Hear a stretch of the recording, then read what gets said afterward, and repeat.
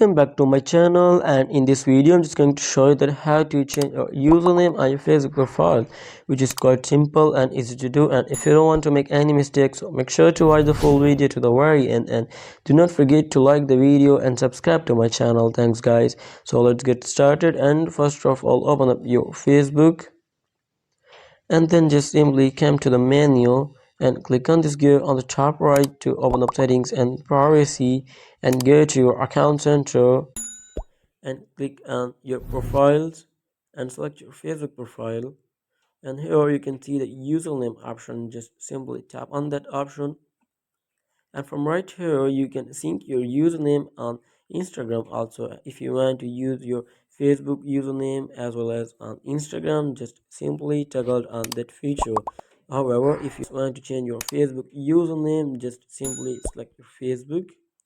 And from here you can just simply type the username over there, and just do not forget to click on a done button to save the changes. So this is how you can easily edit or change your username on your Facebook profile. So I hope it helped you guys, and if you have any question about the tutorial, just leave me in comment below and I'll be catch you on the next video. Thanks guys, and if you don't, just like and subscribe to my channel.